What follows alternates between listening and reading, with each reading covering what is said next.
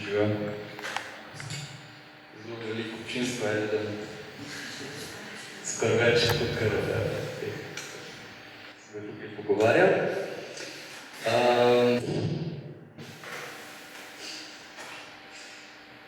Jaz prihajam iz podjetja Delabs, pa kratek EPP, ukvarjam se z uporabniško izkušnjo, kar pomeni, da probamo neke produkte graditi internetne, ne toliko z vidika, kaj se s tehnologijo da narediti, ampak drugega vidika, se pravi, kaj se da z enega vidika uporabniške potrebe narediti in kako to zagotoviti in tako naprej.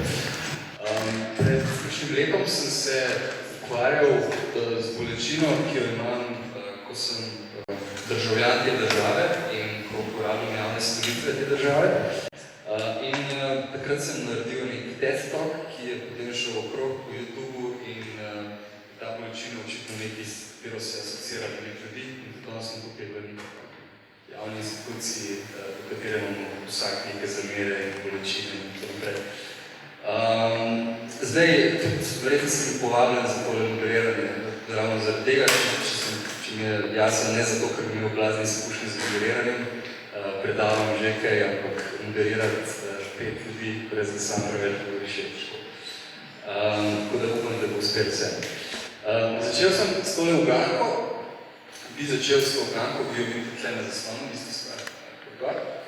Skratka, nekak tema današnja, jaz nisem blazno strokovnjak v svojem dizajnu, te tukaj sebile so ful večji, vsaj prijatelji,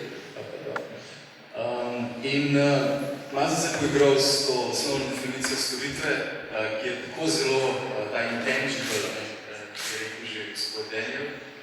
In zdaj, rad bi se danes malo pogovarjal o tem z dragimi gosti, a lahko nekaj, ki je tako zelo neopredeljivo, sploh obličujemo, a lahko to upravljamo, a se da tukaj izmeriti, a se da pravno urediti, ki nam tukaj piše prej, da smo splošno predavali svoje. Jaz tudi prvo biti tako dinamično, kot najbrž ne bo spet, da se sproščet.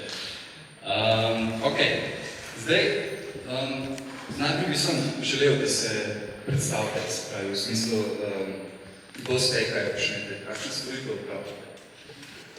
Zdaj sem naprej tudi poskočila, da mi predavam še kaj. Skratka, sem podsekretarka na Uradu za intelektualno lastnino. Sem članica skupine, ki se ukvarja z svetovanjem podjetjem in z upravljanjem IP lastnine. Naša naloga je, da dvigujemo zavest v podjetjih in da pomagamo narediti neko strategijo pravic njihove intelektualne lastnine, s katero upravljajo od začetka razvoja produkta ali storitve, pa do odprtja produkta ali storitve.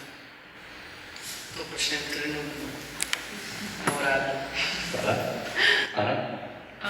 Jaz sem pa vodja projektov v Green Design Studiu, kjer se poleg produktnega poslovanja ukvarjamo z drugimi inovacijskimi institutami. V prostem času sem pobudnik vseh ženov v sodelovanju z Danielom v Indiju. Moje ime je Borut, prihajam iz podjetja Delidel. Stari smo zdaj, ta mesec bomo 14 let, kar smo začeli v Sloveniji in ukvarjamo se pa z mobilne telefonije, torej brez lastnega omrežja, najemamo omrežje prek Telekoma Slovenije. Moje ime je Luka Stefan, sem kreativni direktor za področje industrijskega oblikovanja v podjetju oziroma v studiu Big Design. In mislim, jaz mislim, da kaj je, glede na to, da se ukvarjam s produkti oziroma imamo background v produktih, se nekako tudi storitev se je pojavila kot produkt v zadnjih časih v oblikovalskih krogih in zato sem tukaj. Jaz sem Miloš Čvajnik, izhajam iz Ljubljanskega potniškega prometa, podjetje s 110-letno tradicijo, 400 milijonov potnikov letno prevozilo približno po zadnjih štetjih in to je naša glavna storitev, se ukvarjamo se z javnim prevozom potnikov v mestnem in medmejnem potniškem prometu. Za dodatek vozimo pa še približno 4000 šole, da vsako dnevno šolo. Hvala lepa. Zdaj bom dal eno, to so tej gospe in gospodje. Da pa ta cifra, to mi je en od udeležencev povedal, nismo najdli vira, ampak načeloma ne bi bil neka taka cifra veljala za to, koliko storitev preveva naše gospodarstvo, se pravi, koliko podjetij bi lahko označili kot, da so storitvena podjetja. In to je seveda zelo zanimivo, ne? Po drugi strani pa, če vas zdaj vprašam, recimo, a ste danes doživeli kakšno tako extraordinary doživetje, recimo, ko ste prihajali sem, a ste doživeli kakšno storitev, ko se vam je recimo pisano na spomin? Kdorkoli? Kaj drugače bi vprašal, recimo, imate kakšno produkt, ko vam je tako izjemen, ko solzo potoč, da bi takoj začeli naštevati Apple, naprej, ne? Ali pa če bi vprašal, a obstaja kakšen film, ko vas je pripravil do joka, ali pa kakšen glas 30 sekundi, ko vam je... Ampak, ok, idemo proti naprej. A ste v zadnjem tednu doživeli kaj tazga, ko vam je blazno ostalo spomin? Zadnji mesec. Ajde, mesec, daj. Ja, jaz sem malo razmišljal o tem vprašanju. Ja, zdaj to še ni storitev, no? Lahko pa, ali se bo pa de facto morala se zgoditi storitev. To je poteza, ki jo je v zadnjem mesecu naredil GEN-I, kjer je znižal ceno plina zemeljskega za 20%. Zdaj govorimo samo o ceni. Zdaj to razkladno, da to še ni storitev, ker se bo pa dejansko lahko začela oblikovati tukaj v Sloveniji čist neka nova varianta, kako razvijati te monopole. Tako da na eni strani bo zanimivo videti, kako se bodo te stare monopolne distribucije, da so zdaj državni lastni, privatni, ampak kako se bodo zvali.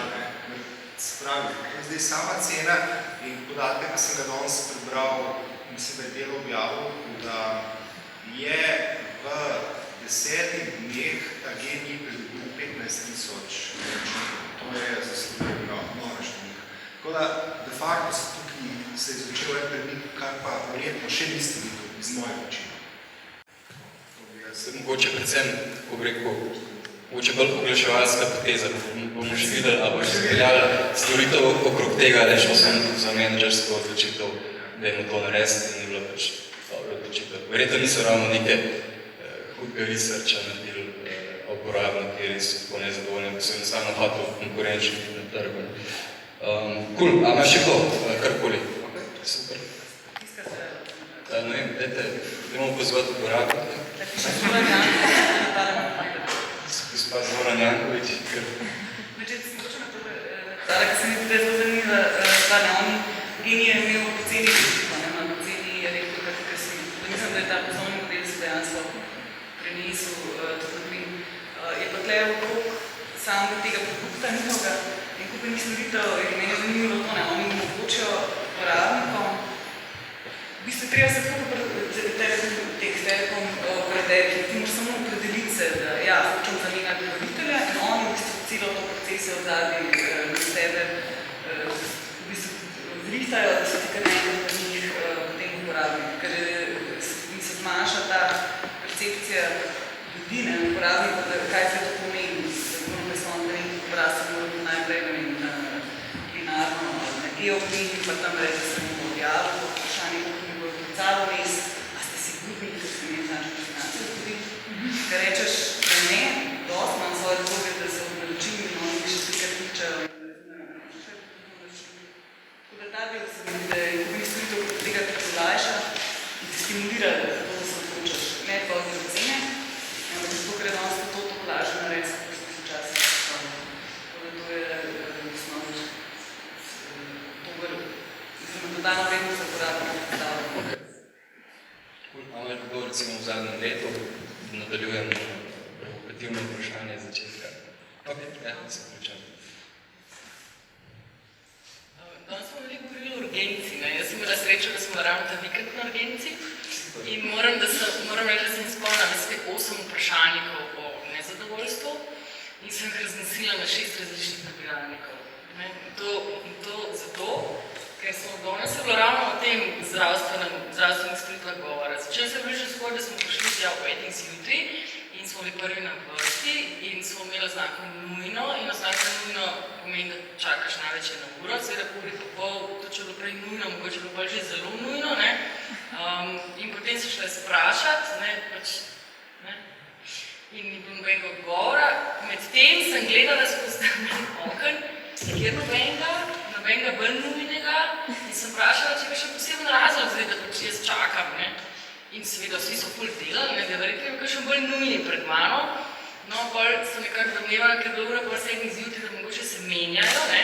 In dejansko so se menjali od 15:06 zjutraj, se je osebje menjalo. Na koncu sem ob 7:30 prišla na vrsto, sem mogla še 2 ure čakati na izvide in ob 11 sem šla končno pozdravila. Tako da, če je bilo res kaj bilo narobe z mano, v bistvu ne bilo več tam, ne. Toliko o storitvah, ker mi nihče ni povedal, zakaj je povedal zame, s tem, da smo na prva na vrsti, ne. Ker to pa imajo, imajo nek zaslon, kjer ti piše, kjer si na vrsti. Gadget so nabavili. To imajo, vse imajo, ne. Ampak nihče mi ni povedal, zakaj čakam, kdo me bo vzel, niti avtomat za vodo nimajo, menjati denarja, tako nikjer ne morem za avtomate, ker rabim ključek. Vse, ker 6 ur sem vesela tam v agenciji, brez vode, brez neke oskrbe z znakom nujno. No, tako da mogoče bi gospoda Leca poslali. Jaz sem pred 5 dnevi imel zdravstveno izkušnjo storitvijo, ki pa me je pripeljala do okon, to je bilo rojstvo otroka. Tako da ja, to je bilo zelo simpatično, ampak v drugi strani pa spet, recimo, vizita doktorja je bila tako, vse v redu, ok, gre da sledi so, to je bilo vse vizite. Potem recimo, ko ti zapišejo čas, da sem otrok rodil, ne, jaz pogledam mojo mobitel uro, ki je sinkronizirana z vesoljem in primerjam s tistim, potem, da je 5 minut razlike, nekaj pomeni, da nisem rekel, to bi spremenili, se ni zdelo na posebej. Meni se je zdelo več. Zdaj, tašča numerologijo zračuna čisto narobe. Ok, zdaj, jaz sem pričakoval, da bo taka groba tišina, ne, in v resnici smo dobili eno kritiko storitve, pa dobili smo neko omembo, nečesa kratiti ni storitev, ampak neka poteza, neke morebitne zadeve. In potem se hotel vprašati, torej, zdaj, če smo tako težko najdeli karkoli, kar zelo preseneti, ne, tako kot recimo dober hollywoodski film, ki te spravi na kolena, recimo, ne, zakaj mislite, da, ne vem, toliko storitev tako pogosto razočarati? Zakaj je tako za vraga težko najdeti storitev, ki je oblikovana tako dobro, kot je oblikovan najnovejši Apple produkt? Recimo, nočem preveč, on so Apple produkt, tako sigurno je polno ustopov. Mogoče je Luka, še ni nič. Jaz mislim, da je predvsem nekako, saj osebno sem pozdravil, da je povezano z velikostjo sistemov, s katere se ta storitev bi naredil.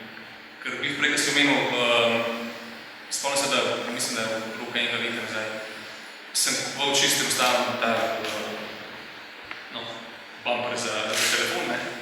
In sem dobil neko mini ameriško firmo v San Franciscu, kjer mislim, da v bistvu poleg tega, čigar ime nosi firma, delam mislim, da samo še ena oseba. In že nekaj take zadeve, recimo računa nisem dobil tisti avtomatično generira, ne? Ampak je prišel njegov osebno mail z nekom sporočilom, kako to, da iz Slovenije naročujete kaj, kako ste sploh za nas slišali. A ja, by the way, tukaj pa še neki item, kar se sploh naročil. Spravi, tisti del, ki je ponovati, ta prvo, ki dobiš avtomatično pod mailom od nekega robota, je bil tako zelo prijetno zapakiran, zelo nepretenciozno na nek način. In se mi zdi, da mogoče se te stvari z rastjo na nek način začnejo močno izgubljati. Sprav, ko so neki resori, so mislim, da gospod Lec omenil, da predvsem gre za to, da različni oddelki ali resori ne sodelujejo med sabo. Sprav, da neka poprodajna izkušnja je zelo zaprta sama vas in mogoče nima dostopa do nekega, recimo, moče fazi razvojnega oddelka, kjer se produkti razvijajo. In po mojem samo nekaj tega kroga odteka toliko informacij ni. Sprav, da bi zres končno uporabniške izkušnje to pošlo na najvišji nivo in postalo pomembno, zato da se to dejansko treba naprej upeljuje. Pa ni imeno zdaj samo temu, da bi neko garancijo izboljševali. Mogoče je problem mogoče je problem v sami storitvi, mogoče ljudje ne more biti prijazni, če vsi res besni pričajo. Ker ni imeno storitev. Ko smo se pogovarjala o tej problemiziji, si omenil, da lahko en primer poveš velike organizacije, kako v bistvu kupuje storitve. Mislim, da je verjetno problem, da se enostavno z ozaveščenostjo pa z organizacijami samimi, kako naročajo določene storitve, pa se rekel, da bo še na telekomunikacijski primer. Ja, v bistvu, žal je projekt, mogoče zaradi te izkušnje ni bil nekako, oziroma nišel sposoben, pa se nam zdi, da je zelo tak poučen. V bistvu šlo je za večjo slovensko telekomunikacijsko šlo je za natečaj bil v bistvu za redizajn interjera trgovine. In zelo hitro podobikoval svoje šlo. Taka vrata, zdaj policija bo taka razporejena, da to je toliko ljudi skozi, recimo, da čim pridejo do nekih izdelkov. Ampak ja, mislim, da je bil tukaj nekako ta presežek, ki se mi zdaj smo da ga je ratali ustvariti pri tem, da ne bil sprejet tudi natečaj za interjer. Je ravno to, da pogledaš storitev, ker ti moraš pogledati s kakšen občutkam oziroma s čim v glavi nek potencialen oziroma nek kupec iz ulice pride v trgovino, kjer je zelo, recimo, taka low-fi, sploh še vedno v trgovino fizično, ki je v ulici, po kaj prideš, na kakšen način hočeš od tega priti, recimo pri telekomunikaciji, je sploh problem v tem, da večina ljudi ni tehnično izobraženi in oni dejansko pričakujejo samo storitev, ki so za tem. In kaj se mi zdi, da je bil ravno ta presežek to, da smo to neko potencialno pot nekega kupca do tega, da dejansko sklenil z neko storitev. Okrog tega zakupiraš nekaj. In tudi na kakšen način, recimo, dajalci v trgovini pristopijo k človeku, pa je to pomeni, recimo, nam se je zelo velika barjera, se mi zdi, da priješ noter in stoji človek za ogromnim LCD-jem za mizo. No, imaš občutek, da sprašujem matičarjev, pa nekam na tvojko sodišče.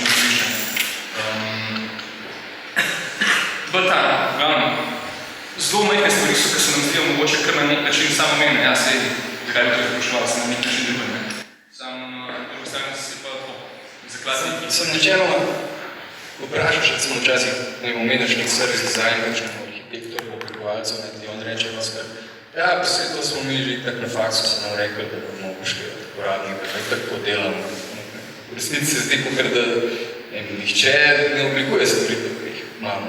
Nekako padajo ven iz organizacije, po nesrečno. Mogoče, jaz vam skočim na Jošta, par zelo dobrih izkušenj z določenimi touchpointi, z mobility v neki Ljubljani. Zanima me, kako vi se lotevate recimo uvedbe, neke spremembe, kako začutite, da se na nekem touchpointu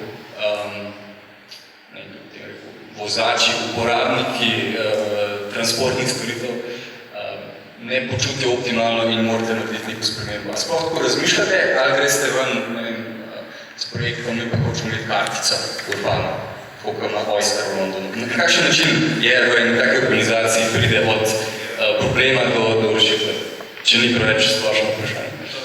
Toliko splošno, da se moramo vrniti 35 let nazaj, ko je v Ljubljani uveden žeton, ki se ga najbolj vsi spomnite. Tam nekje začetek 70 let je bil uveden žeton, kar je prišlo iz plačniškega sistema s kondukterjem, s prevoznikom na samo plačniški sistem, kjer bi vsak sam plačeval in kjer je to pač samo plačniško in nekontrolirano, to začasen sistem, ki je zdržal več kot 20 let dejansko uveden sistem. Vrsta čas se je pa pol iskala boljšo rešitev, pa ni bilo denarja za eno, pa ni bilo dobro drugo rešitev in tako naprej. Tako da smo imeli srečo v tem, da smo prišli do leta 2008, ko smo končno dobili zeleno luč, oziroma ko smo v sodelovanju z mestno občino Ljubljana lahko začeli z prenovo plačilnega sistema.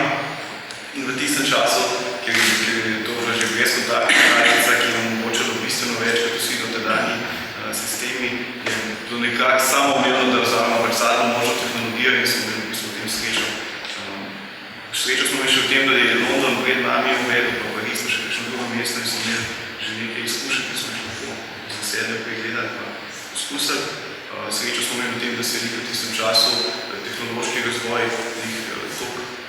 se je tehnologija toliko izboljšala, da smo prišli na 8 kg spomina na kartici, ne pa 1 kg, kako ga nos Mastercard. In vse to, kar smo danes poslušali v vključevanju, recimo elektronskih kartic v v plačilne sisteme, lahko to mi že vse streljamo za samo našo kartico IBAN. Je pa žalostna resnica na drugi strani, da Banka Slovenije še zdaj ni sposobna zagotoviti zakonodaje, ki bi jo dolžna že pred 4 leti, da bi se vključili v elektronski bančni sistem kot elektronski denar. Enostavno zakonodajo, kot bi jo morali sprejeti, zavlačujejo, zakaj še ni sprejeto, oziroma zakaj še nismo poenoteni z evropskim pravnim redom. Če bi bili, bi bila kartica IBAN uporabilna v širšem in bolj kot zdaj. To je bil tudi cilj, da bi ta kartica dejansko postala mestna kartica, kjer bi lahko z njo v bistvu koristil vse storitve mesta. Zdaj smo pa omejeni, da lahko koristiš tiste storitve mesta, ki so kapitalsko povezane v eno celoto, oziroma ki ima mesto kot izdajatelj in mi kot pooblaščenec odločujoč vpliv na ostale dejavnike. Predvsem se slišimo komunikacijo za pakete. To v praksi pomeni, da lahko se voziš z avtobusom in ker je naše podjetje v lasti MOL-a in ker je ljubljansko parkirišče v lasti MOL-a, smo kapitalsko povezani, na obe podjetji imamo MOL odločujoč vpliv in zato lahko tudi uporabljamo IBAN za plačevanje parkirnin. In enako se bomo se pogovorili z gradom, se pravi z uspenjačo in približno enako zgodbo z Ljubljanskim zavodom za turizmom Ljubljana, kjer lahko ponudimo turistično kartico in približno enako zgodbo še z ljubljanskimi knjižnicami. Ne moramo pa uvesti neke storitve, kjer bi lahko kupoval na tržnici, zato ker tisto branje, kako prodaja, pa ni v lasti MOL-a in s tem MOL nima najbolj odločujočih. In več naprej, skratka, eno tako zelo kompleksno zadevo. Se pravi, pravniki so krivi. Ja, ne vem, če si pravniki, smo se zboli. Kdo je tem so? Banka Slovenije niso pravniki. Banka Slovenije je izvirni greh. A Banka Slovenije je zakonodajalec? V bistvu so oni dolžni upoštevati evropski pravni red. Oni so tisti, ki prijevajo zakon o bančništvu. Se ne vem, mogoče na Danielovo komentar, če bi bilo vse to načkam bolj sproščeno, malo manj patentirano naprej, če zelo na široko, probam navezati se na pravne probleme, a bi mogoče prišli do enega bolj sproščenega sveta, kjer lahko ful hitrejš prideš do izboljšanja storitve, do izboljšanja izkušnje. In je potem vse odvisno od, da se zdaj probam komentar, se pravi, a je možno, da včasih ravno neke pravne spone, pravne pomisleki ovirajo razvoj neke boljše uporabniške izkušnje, ker enostavno včasih tako zelo komplicirano zgraditi sisteme okrog, ki podpirajo neko kakovostno izkušnjo. Da se da odgovoriti sploh na to? Pravniki smo mi tako vsega krivi vedno. Če nas ni na začetku zavod, smo krivi zato, ker mi smo bili, če na koncu se ne štima zato, ker smo pač bili prepozni. Skratka, pravniki smo mi krivi. Ampak, če se navežem na to, zdaj, pri elektronskem denarju, če sem predelala v banki, zato bom zdaj mogoče malo bolj pametna, ampak vem, da je pač zakon o bančništvu in da evropski sistem je še vedno zelo rigiden in za elektronski denar so tudi v Evropi tako strogi pogoji, da jaz mislim, da Banka Slovenije, če nima nekega interesa, pa tudi ne vem, predlagatelj sicer ali pa tako sodelujoči je Banka Slovenije, pa generalno, pa tudi mora vložiti pri državnem zboru. Zdaj pa jaz malo groba, ampak mislim, da tukaj imamo političen problem trenutno, pa bom se tukaj ustavila. Druga stvar pa je, glede uporabniške storitve pa prava, ja, sigurno so lahko omejitve, hkrati pa neka varnost. Jaz sem pač probala to razložiti za vse, tudi za uporabnike, ker v končni fazi uporabniki smo marsikdaj nezadovoljni.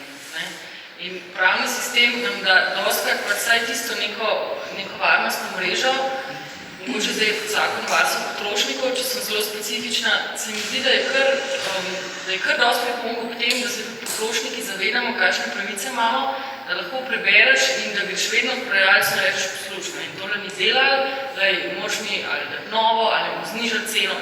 Moram priznati, da prej pač tega nismo vedeli. Urad za varstvo potrošnikov je bil zelo aktiven pri teh stvarih. Tako da, ja, absolutno so neke omejitve, spravi moramo početi vsega, kar si želimo, pa vseh storitev, ne? Ampak hkrati daje tudi neko varnost, na podlagi katerih uporabniki lahko zahtevamo zaščito za neko kvalitetno storitev, neko zakonito storitev v končni fazi. Ne? Mi se dostakrat srečujemo s ponaredki. To je en tak case. Dostakrat pridejo, ja, ne vem, je ponaredek ali ni. Ne? To je že nek aspekt, kjer ti na podlagi zakona lahko marsikaj narediš. Ne? En od metod, mogoče predvsem za Ano in za Luko vprašanje, en od metod, ki jo imamo tudi v uporabniški izkušnji, se reče analiza zgledov, recimo, ali pa pregled konkurence. Tukaj v bistvu gre enostavno za to, da ugotoviš, kaj deluje in ko pregledaš, recimo, ne vem, 20 primerov nečesa, ti nekaj podzavesti nekaj ostane in potem čez en mesec, ko pregledaš idejo, boš to nekaj skopiral. Ne. Zdaj, zanima me, a se kdajkoli pri kreiranju idej dejansko poslužujete pravnih možnosti, ki jih je Tina prej navedla, recimo, da bi šel v neko bazo iskat podobne ideje, da bi šel po svetu več kot po Google iskat take stvari. Idej ni v bazi. Idej ni, no, ampak da pogledaš, da so stvari že izvedene, da skopiš, da se ti splača neko idejo peljati v izvedbe, kamorkoli. Kakorkoli, recimo, video oblikujete za razne stvari. A imate v vajnem vsakdanju to, da preverjate, da upoštevate nek pravni pogled na zadevo?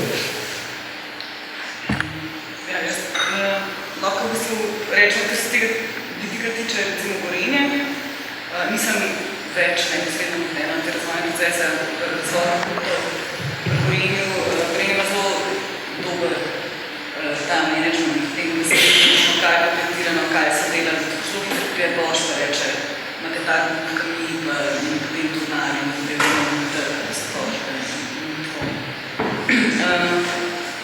Zdaj, pri samem kreiranju nekih idej, mislim, da v osnovi, da je tudi za te produkte, ki jih mi delamo za znanje učnike, tukaj v organi, mislim, da se vedno znova, da je vedno bolj izkušamo in verjetuje, hvala Bogu, ko so se naučniki pogovarjali o tem, da je treba iskati pri konkretnih njihovih uporabnikih, kaj so zdaj neke želene lastnosti, nekih rešitev.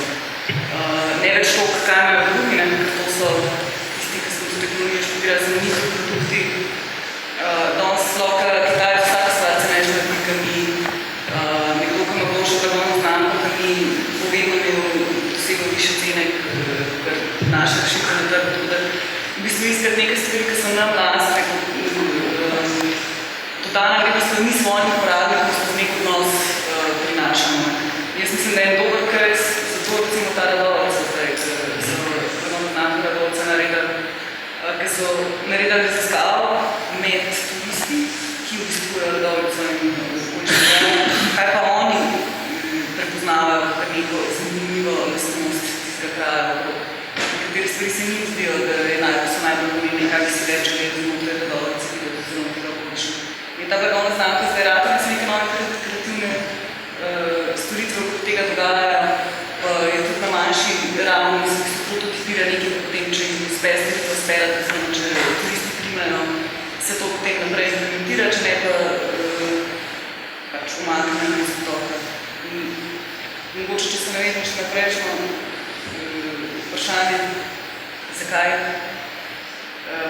a so storitve načrtovane, ko so slabo načrtovane. Mogoče tudi to, kar je bilo govorno. Mislim, da smo zelo hitro v teh večjih sistemih sami sabo kalkulirani. Kaj se da, ne vem, imamo take resurse znotraj firme, naši programeri znajo to, naši tehnologi znajo to, naši razvoj take in drugačne možno konkurenca delati, šta se kaj konkurenca dela, demonstruje. In je zelo ta optimizacija nekih naših organizacijskih sposobnosti in kaj mi iz tega zdaj ven damo. Pa sam še vprašanje, kako bo marketing to uporal. In dosti postopr, jaz kot neoblikovalec, slišam se tudi na oblikovalskih šolah, učijo to, nekako, da se bo uporabljati, iskati, pa prepoznavati rešitev, ki jih imamo na trgu, ki so zaželene, pa ki potencialno razlikujejo na trgu. In ta shift, takoli ste počali pogledati, trebate da se je govorila čevle ali pa nekaj uporabnikov, pa vprašate, kakšne rešitve bi bili. In s tem je to težko pomožno v organizaciji, sploh danes, sploh kritično, kaj bi na ni specifično. A je možno, da je oblikovanje storitev, če sem jaz prav spremljal literaturo, začel že nekaj? Še dobro se je začel, resnici. 20 let, 15 let, to je mlado, kakoli že. A je možno, da se bo enostavno malo po zgledu produktnega prava, pardon, če sem se narobe izrazil, malo sem živčen prepravljal, ne vedno, kako ne reči. A je možno, da se bo zadeva še razvila oziroma in v kakšno smer se znaša razviti ta zadeva? Zdaj, tukaj zdaj je zelo močno gibanje, kaj sem zdaj smo nekaj primer v firmi, je nek naročnik rekel, Niko, prosim, popište mi zelo natančno open source, ki ste ga uporabili v produktu, ker v primeru prodaje smo že imeli case, naročnik rekel, da smo mogli raztreti in prepisati vse, kar je bilo open source. Kam bo šle sploh te stvari? Ta zaščita neoprijemljivega, hkrati povezanega z Creative Commons in podobnimi zadevami? Sigurno se bo to razvilo in tudi zakonodaje se razvija v to smer. Ravno zato, ker je zdaj tako neoprijemljivo, ampak glede na to, da predstavlja to tak procent v izvozih držav, sigurno tudi na tem področju treba kaj narediti. Kar se tiče Creative Commons ali pa open source, to so v bistvu licence, na podlagi katerih pač je dovoljen nadaljen razvoj. Tukaj je Daniel prej rekel, da pač je treba deliti ideje, je treba dovolj open source temelji na tem, da tudi če ti nadgradiš open source, moraš vedno pač po pogoji licence, ki mislim so 4 ali 5 jih je, dovolj naprej uporabiti. To velja za software, Creative Commons velja za storitve in za avtorske dela. Je pa zelo podoben princip. Mislim, da imaš 4 ali 5 variant, kjer dovoliš, nekomercialno s predelavo, komercialno brez predelave. In tam je točno opredeljeno, da kot svojo storitev ali pa svoje avtorsko delo, da bom rekla, pod določenim pogoji dovoliš tretjemu, da uporabi in da to naprej, če deli, distribuira, da se to pač naprej razvija. Tako da pač to so neke ljudske iniciative, oziroma iniciative pač tega oblikovalskega sveta, prej softwareskega, so se pač sami zorganizirali. Da bi pa bilo to drugače kot na ta način, kot sem prej povedala, v neki zakonodaji tega pač še ni. Se pa razvija, recimo, zdaj imamo velik problem, ne vem, če ste slišali, za torrente pa IP uporabnike. Zdaj se pač zbirajo podatki o vseh IP uporabnikih, ki pač downloadajo filme doma. In zdaj seveda so se vsi ustrašali, kaj zdaj to pomeni, da me bojo kaznovali ali bom plačal. Mislim, formalno ja, dejansko te lahko kaznujejo, samo kdo bo to delal. Prvič IP naslov je javni podatek, drugič do osebe za IP naslovom ne moreš priti kar tako in tretjič to največja neumnost, da je milijone ljudi iskati in jim stavljati račune, ne vem, za 3 evre. Ampak tukaj zdaj imamo SAZAS, je to lepo mislim SAZAS, ne zakaj skozi SAZAS govorim. Pač kolektivne organizacije so to pošlihtali pod zakon tako, da se pač nabira nek pavšal. Mi smo sami spošljeni, da je ok, če pač je to nek prekršek, da je pa pavšal, ki ga plačamo, ne vem, ponuditi storitev,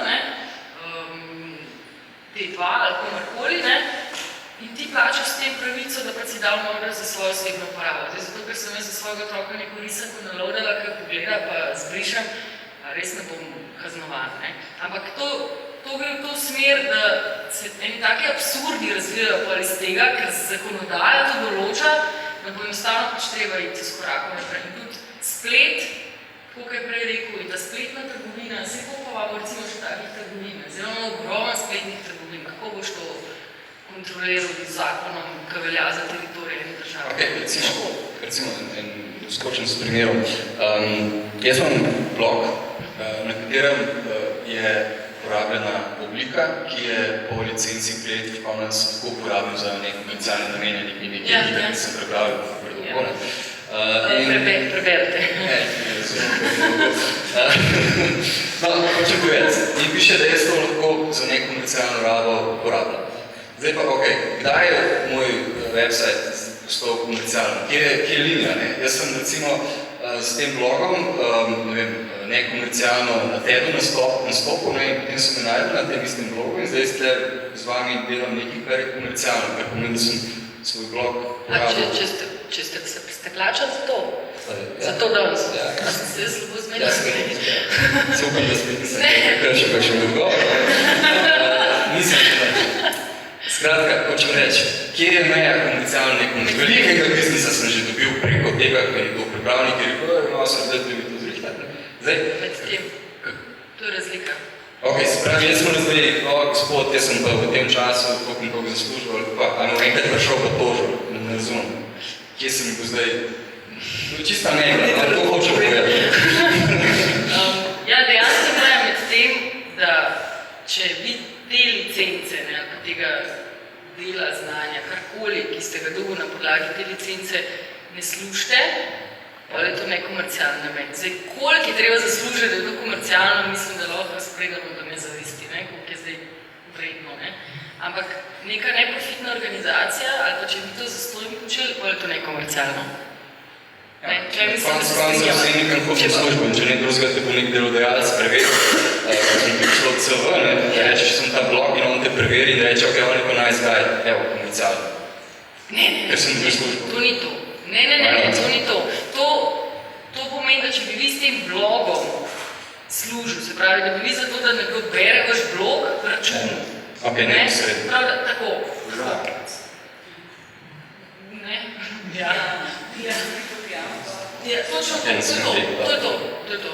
Absolutno pa ne morejo zdaj tudi konkurenčna klauzula, recimo, ki jo imamo vsi po mojih pogodbah, ki prepoveduje v določenem času po prenehanju delovnega razmerja in delati konkurenci. Mislim, kam ne ga zdelati? Ne vem, predavati matematiko na faksi. Jaz drugega kot biti pravnik ali pa se ukvarja z intelektualno lastnino, pač ne znam. Normalno še to delati konkurenci. Kakšne stvari enostavno, treba imeti malo zdrave kmečke pameti, tudi če pride do spora na sodišču, jaz še vedno zaupam, da pač koliko smo še ohranili. Dajmo iti malo mobilnim operaterjem, gospod Borto. Kako pri vas, na kakšen način pri vas se soočate z velikimi nasrpanjem, vi ste pa malo manjši? Mi smo pa malo manjši, ja. Torej, tako zgleda ta zadeva, da je to, kar smo tudi danes gledali, zmeri je na vseh grafih je consumer, v našem primeru naročnica, naročnik, je v centru kroga. To je, vsi to bi radi delali, vsega ko vprašate, to delamo in mission firme je zadovoljna naročnik in naročnica. Mission, vse je podrejeno temu. Ampak, zadeva ni taka. Zakaj ne?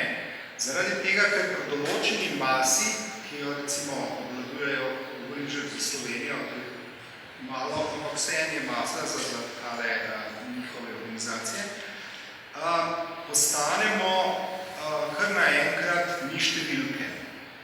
Oziroma nas poskušajo uniformirati.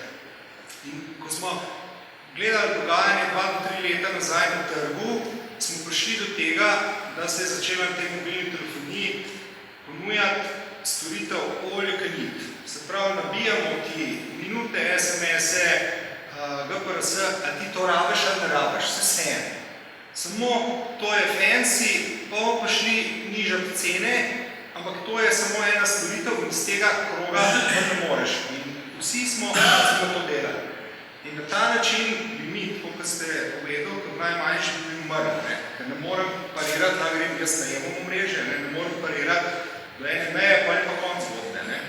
No, in to pomeni, ki smo se mi šli vprašati, zakaj moramo vsi mi nositi enak model čevljev, ali pa zakaj moramo biti vsi enako oblečeni. Mi tega ne maramo, zato smo vsi drugače oblečeni, ali pa eni tako, eni tako. Zakaj moramo se vsi enako obnašati? In mi kot to majhno podjetje smo rekli, dajmo mi iskati individuuma, dajmo iskati naročnika, da je produkt tailor-made za njega.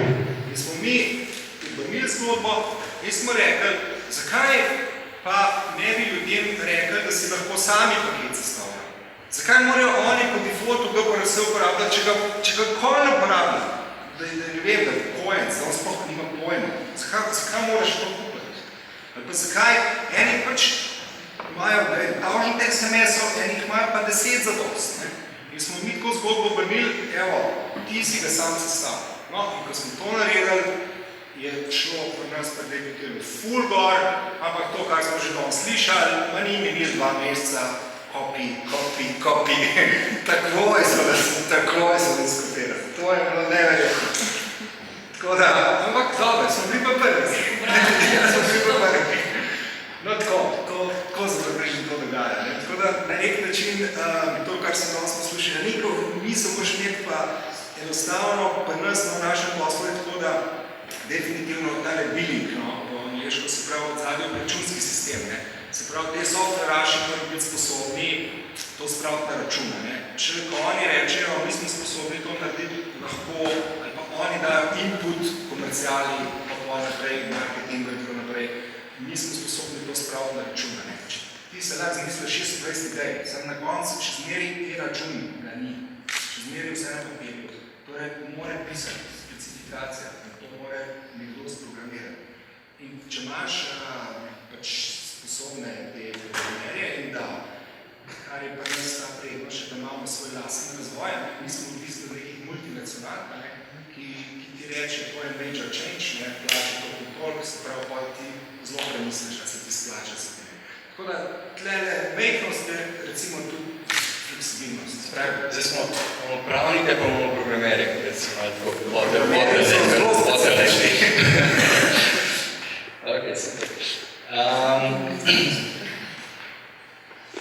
Kaj sem tudi še hotel? Aha, kam bih vas tukaj. Smo opozili na televiziji, da ste bili kar zanimivi, da ste kar veliko investirali v neko oglaševanje in bom preskočil na pole. To je sicer ameriški podatek, ampak ne bi držal za Ameriko, verjetno pri nas pa zelo podobno, če bi univerzi kot je ena. Gre namreč za primerjavo, koliko podjetje investirajo v neko oglaševanje z namenom pridobiti nove kupce, v primerjavi s tem, koliko investirajo v optimizacijo neke storitve, se pravi za zadrževanje kupcev in za priporočanje na koncu funnela, ali pa, kako se temu reče po slovensko funnel, vlijak, uporabnik vlijak, ali pa journey njegov, recimo, v service design na način. Ok, se pravi, tem sem našel članek od gospoda Dirga iz Adaptive Peta, to je ena service design agencija, in ste on je si izmišljal ta čudovit buzzword, ki se imenuje SAG, Service Anticipation Gap. Se pravi, zgodi se jim to, da on opozarja na to, da organizacije 20 več vlagajo v oglaševanje v primerjavi z optimizacijo, izboljšavo, novoterijami v storitvah. In zaradi tega se zgodi to, da uporabnik v oglaševanju, ki je seveda zelo na veliko in zelo veliko obljublja, veliko dobi enih lepih slik v glavo, ko pa enkrat se sooči s storitvijo, je pa ta tako mlačna, ni neka blazno presežek, da bi ga priporočil vsem prijateljem.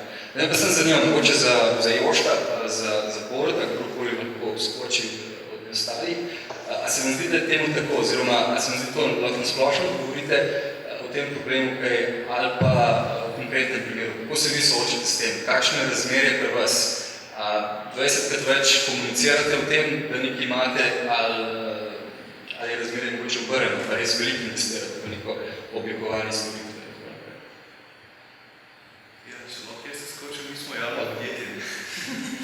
Temu imamo razporeditev naših sredstev, ki imamo na razpolago, kar pomeni, da limitirajo, ker proti nič ni nekam, tako da za nas kvečemo velja razgleda.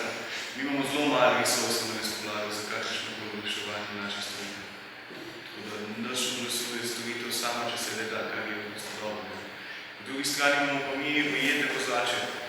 To so tisti, ki pač nimajo izbiri, ko se z nami peljajo. srednješolci, študenti so glavna populacija in potem upokojenci ali pa tisti, ki so brez avtomobila. Tako da tukaj se pa oslanjamo na njih, pa se probamo čim bližje njim prideti za čim nižje stroške na naši strani. Jaz sem začel uporabljati vašo storitev zaradi priporočila. Super, hvala lepa, je jedno streh. Ni bilo pa glih tako, recimo, da bi en rekel, da je pet z urbano, z biciklom ali pa z nečim drugim, ker pač ni konkurence, ker ste pač v tem javnem svetu. Vsem, dobil sem v resnici priporočilo, veď se pela tja.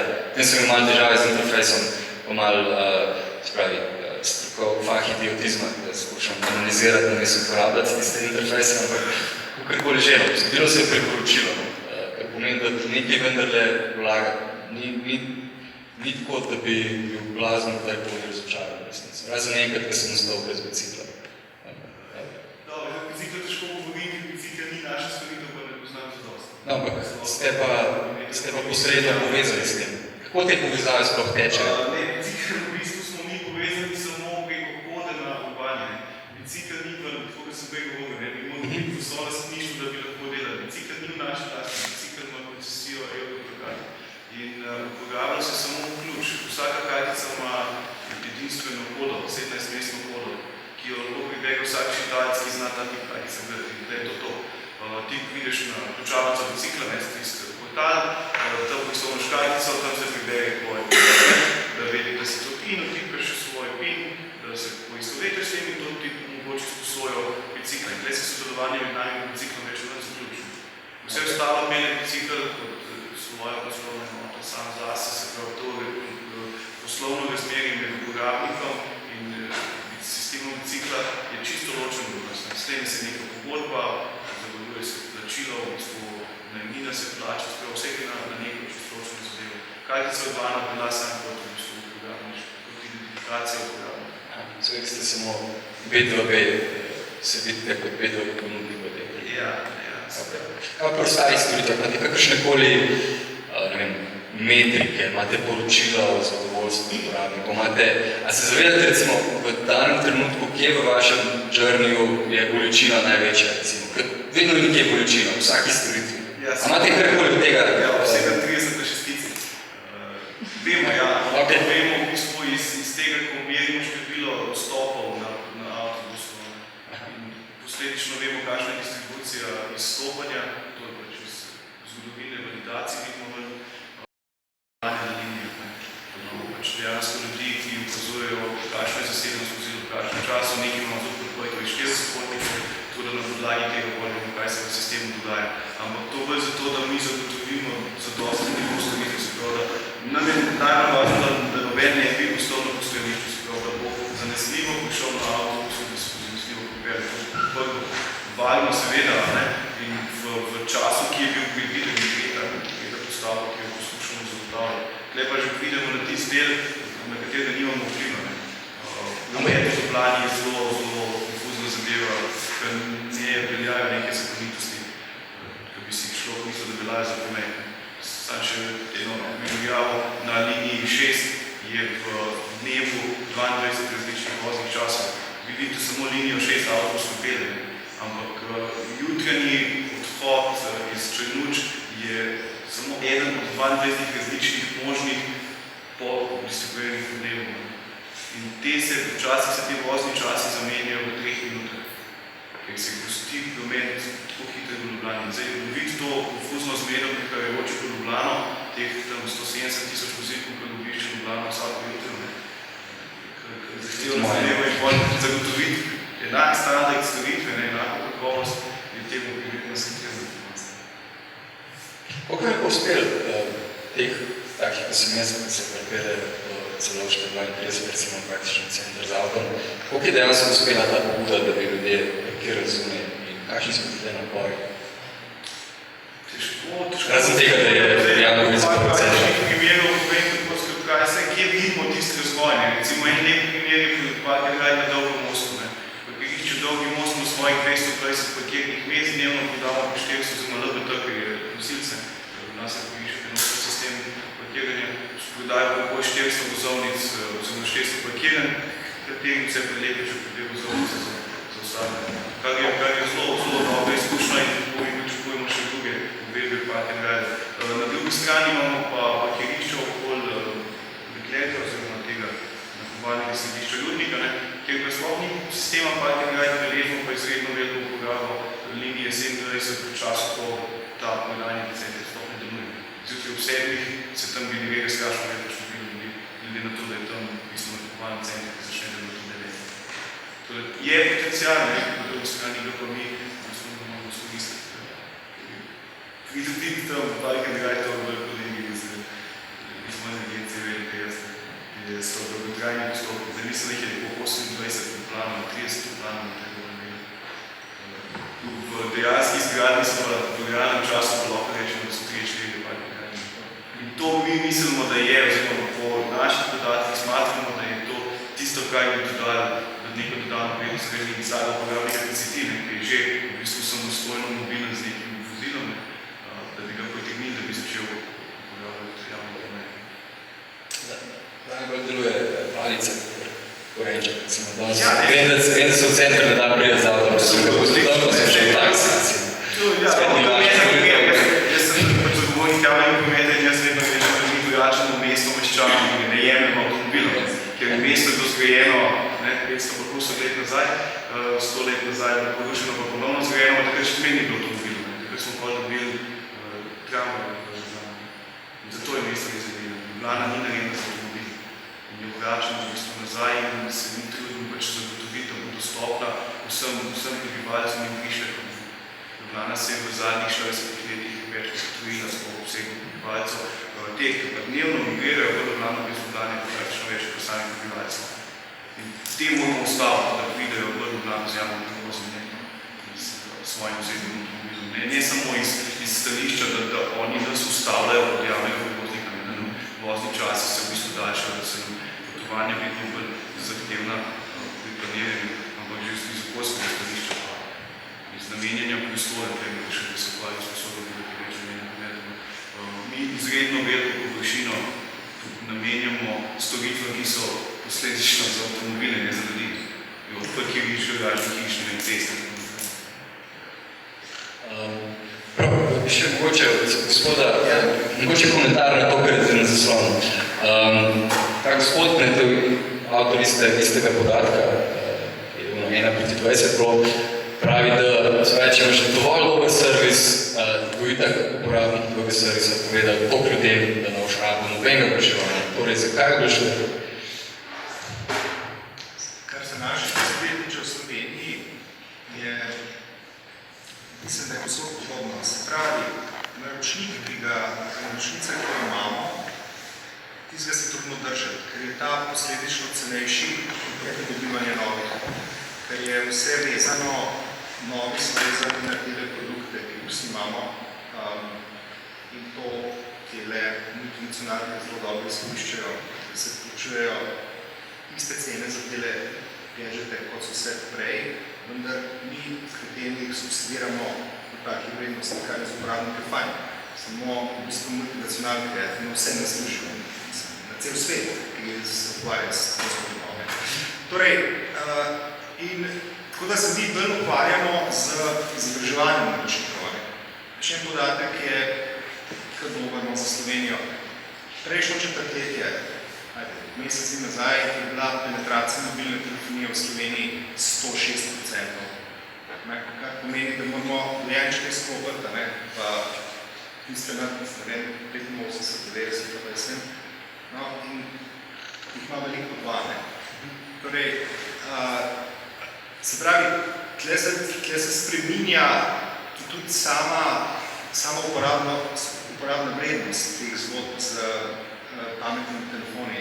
Grejo čist v drugo uporabniške izkušnje, ki še prihajajo, ne v tisto osnovno namen, da je treba namenjen v bistvu telefoniranje. Je šel čisto drugam. Tako da, zdaj iz tega najdeti, kaj nuditi temu, ko ga že imamo, mi pač delamo tako, kot sem že prej povedal, da tailor-made, da poskušamo biti drugačni drugih, ko pošiljamo recimo posebne čestitke za rojstni dan. In da jim damo 50 SMS-ov zraven, ki lahko da drugemu ali kakoli. Torej, ali pa tako bom rekel, poskušamo delati nekaj, kar lahko za tisto maso, ki imamo mi, obvladujemo in da predsedimo, da nas drugi ne morejo kopirati, ker je za njih predrago treti. Tako da iščemo tle neke naše in to gre, ja, to, kar ste rekel, to gre od ust do ust, no. Vse poznamo. Merimo pa seveda to, kar smo danes govorili, tele lojalnostne sheme, to delamo, merimo, se sprašujemo, zakaj in kako se to dogaja. Dejstvo pa je, da je še nekaj mogoče zanimivo tle v Sloveniji, ne? Da ta mobilna telefonija je stara recimo 20 let v Sloveniji. In da so takrat, ko se je mobilna telefonija začela, so se pojavili SP, DVO-ja, kakorkoli na posameznih območjih Slovenije, ki so s to tehnologijo rasli. Ne?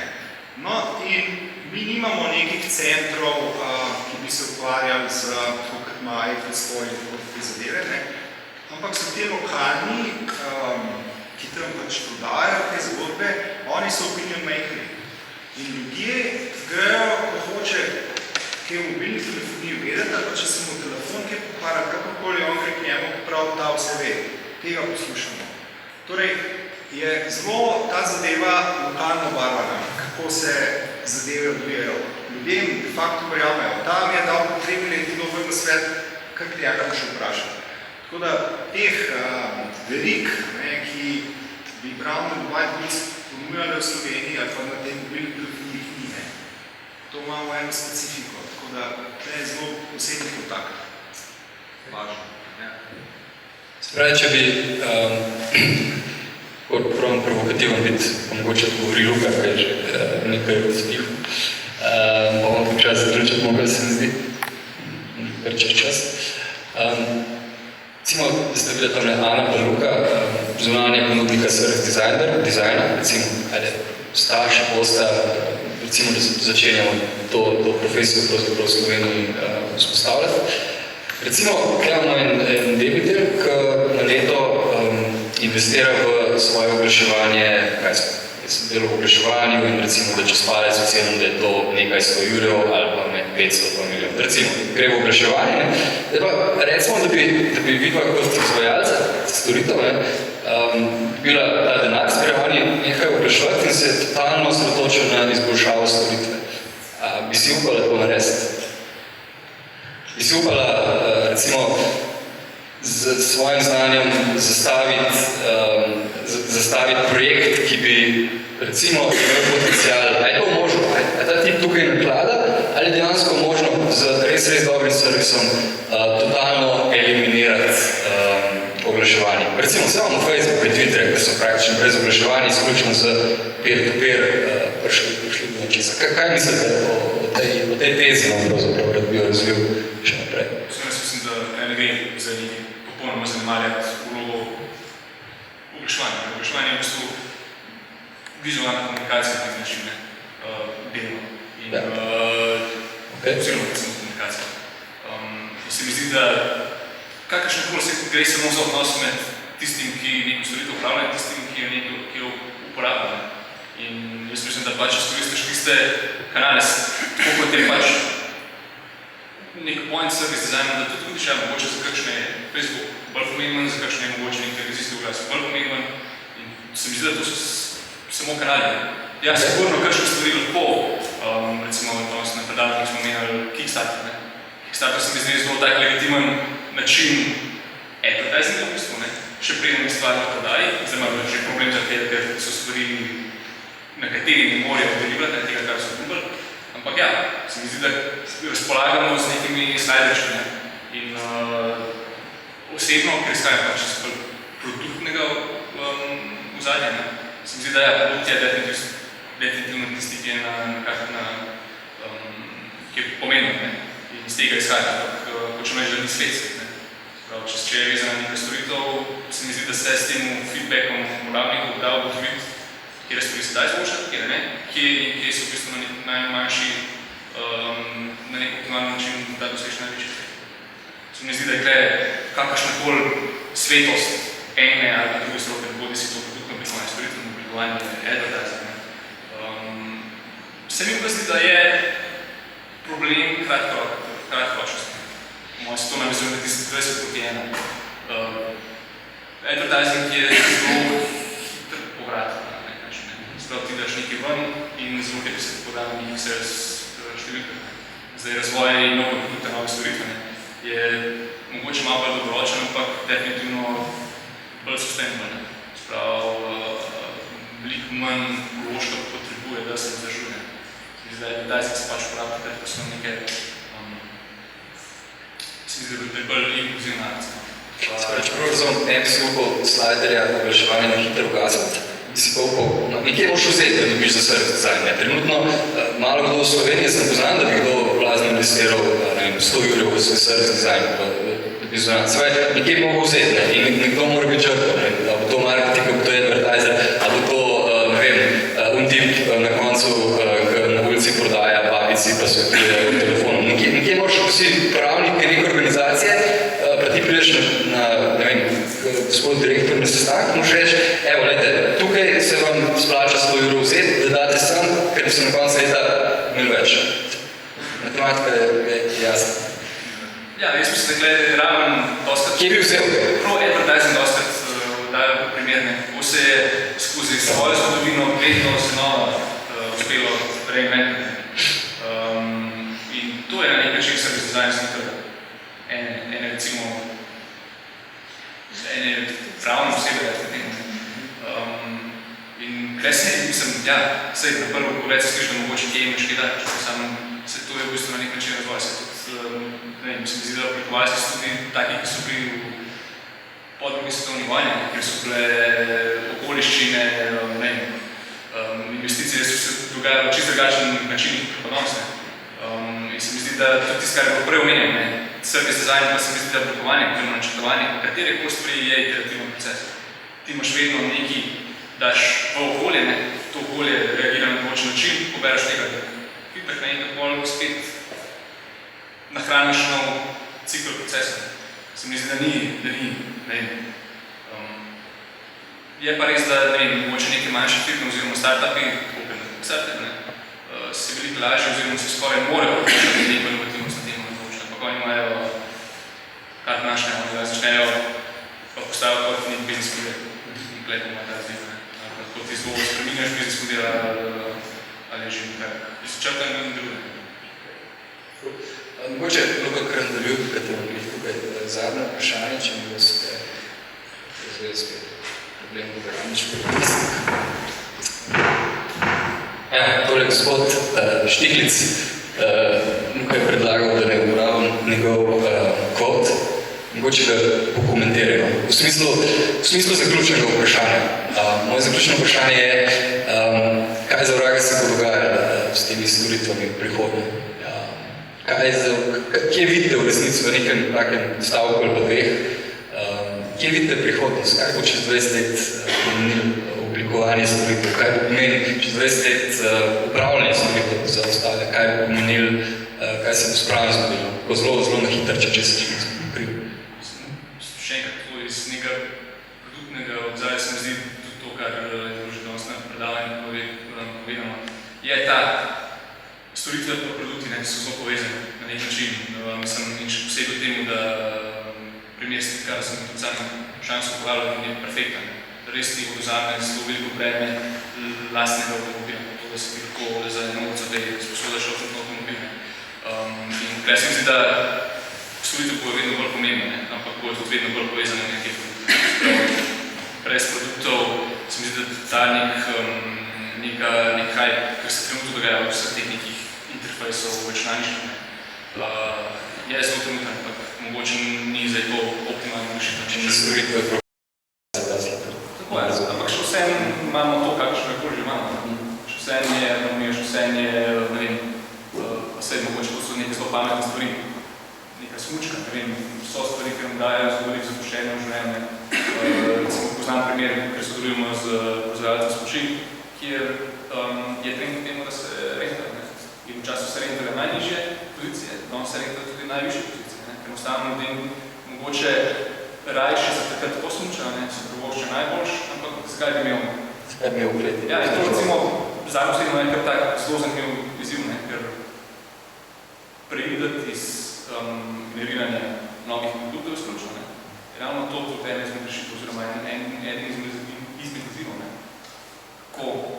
te resurse mogoče bolj optimalno rešiti. Hvala. Jož, kje vidite vi Svoje storitve. prihodnost? Bom rekel, upam, da se motim, ampak trava že ne bo. Če hočem na področju mobilnosti preverjati danega neko prevozno sredstvo, ki bo okoljsko sprejemljivo, trenutno to avtobusi niso in za travne ne bo dali, tako da tukaj pričakujemo neko novo rešitev. Je jih več na obzorju, nobena še ni realnost, sigurno bo pa tista palca, ki se je prej omenil, ali bo to v obliki cene goriva, ali bo to v obliki nekih dejatov na mobilnost, ki jo v tujini to že poznajo ponekod. Recimo v Ameriki ponekod končuješ višjo zadovoljino, če več kilometrov delaš in imaš v bistvu nekaj vrste GPS rekel, ker te vsake pol leta prekontrolirajo po kilometru stvari in ti dajo zadovoljno konico za naslednjo obdobje, če si po njihovem kriteriju preveč na cesti. Ali bo to v obliki nekega zaprtega mestnega jedra, da sploh ne boš mogel fizično priti, oziroma ne, da ne boš mogel, to bo stvar, da se ne boš tega področil. Če bomo pa nadaljevali s tem trendom programe lastnih vozil, ki zdaj bomo pa mogli veliko začeti kakšne pomočke za dihanje v centru mesta. Hvala. Zdaj se bo odločili trije dobo. Gospodično. Ana, gospod. Ne, da ni gospod vsaka, ko je na 18. Pravno je za... Leta sem omenil, da ne pravim, da bi tam izvolj. Ne, zdaj sem razmišljala, glavnik bo vedno glavnik produkt. In bomo imaš vedno nekaj fizično narediti. Pa vedno več teh storitev, nekih različnih stvari. Naše potrebe rešujemo v različnih kontekstih, ali to zdaj prek spletne strani, ali prek telefona, ali prek oziroma storitev telekomunikacijskih, ali samim produktov. Mislim, da verjetno vedno več bo tega, da bo intermodalno pravno po prometu, se mi da bo te stvari vedno bolj povezane, da se bo te meje začeli pisati.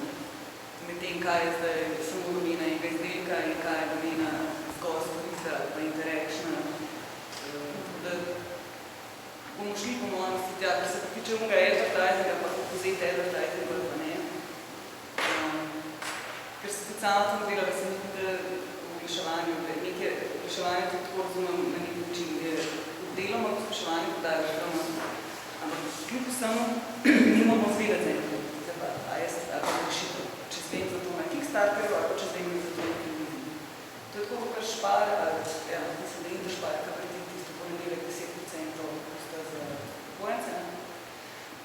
Se prosto švala, ta reklama stane, to v bistvu prime time, produkcija tiste reklame je relativno pocen, po mojem, ni da je nekaj velik budget za tist, ampak po konci dejansko so neka skupina, ki gleda televizijo v tistem času in oni izvejo za to, da moram šparati 10% in pusti jutri. Oglaševanje nam zelo storitveno razmišljati. Ja, resnično. Oglaševanje. Neke blagovne znamke se morajo pozicionirati, da je v različnih, kot zdaj govorimo, touchpointih ali pa nek, da nas bojo ljudi opaziti, da nas bojo, ki nas bojo uporabljati, potem dati zadnji. Okay.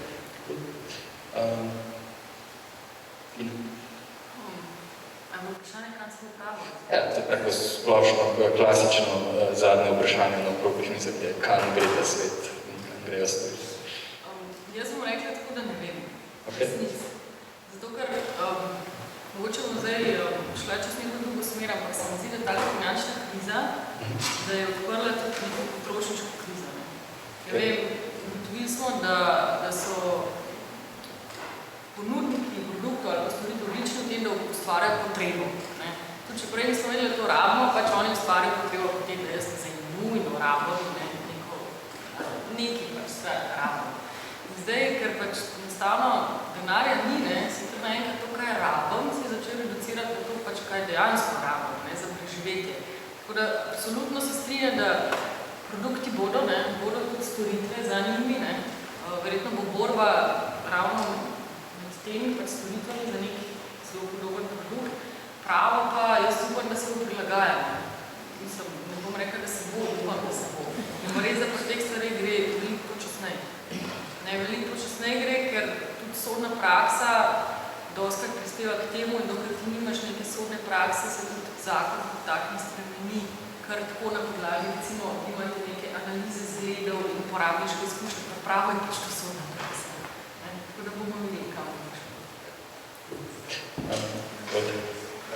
Ja, jaz bi pa tako rekel, da kar na koncu povem, mi ni všeč, zato bom nekaj prepovedal in sicer kam bi rad, da se to razvije, to, o čem danes govorimo.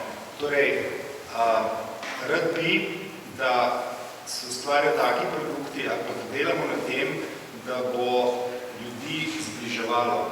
Se pravi, da bomo v socialnem kontaktu in da ne bomo osamljeni in z enimi mašinami in se ne bomo več med sabo poznali, ker govorimo čez 20 let, je bilo vprašanje.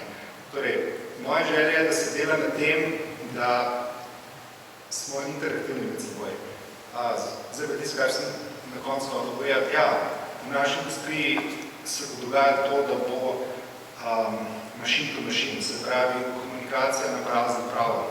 To se bo dogajalo in zlitje mobilne telefonije za IT industrijo.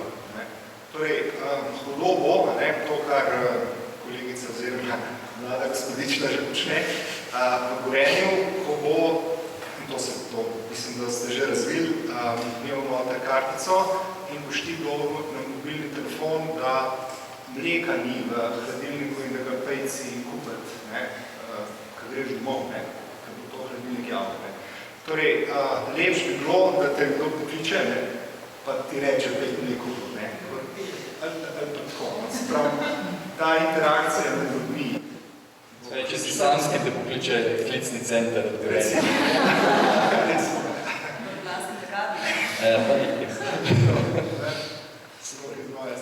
Hvala. Kdorkoli kaj dodal, smo bili malče iz časov, tako vsem. Nekaj, da se vendar je tukaj. Ne imam tukaj mikrofon, ampak samo en podatek bi želela pokomentirati, najprej bi rekla, da sem res navdušena nad govorci, pa mislim, da smo vsi bogatejši za kakšno spoznanje. In sicer tu operiramo s podatkom, da je storitev v družbenem bruto proizvodu 92. Povedala bi, da obstaja še en drugi vir, kjer pa se ta podatek giblje od dodane vrednosti, ki se ustvari v storitvenem sektorju za Slovenijo okoli 67, za našo regijo okoli 78. Tako da je dobro vedno navajati ver, da ne vedno kakšnega. Druga zadeva, ki hočem pokomentirati, je pa Jož, tako odločno je rekel, da v 20 letih še ne bo tramvaja. Bi mu dala izjemno, ko bomo videli čez 20 let. Mislim, da Ljubljana nujno rabi neke hitre linije, da če bomo delali složno, še cela regija in tako naprej, poglekam so se že razvili in vsi smo rekli, da je treba ta trend javnega potniškega prometa obrniti, dobro delate, če bomo skupaj, bomo lahko tudi tramvaj tukaj. Tukaj to bo Maribor.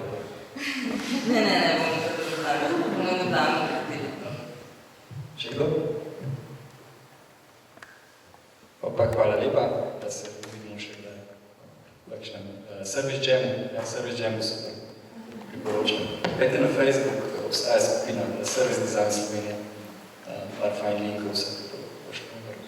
Hvala lepa.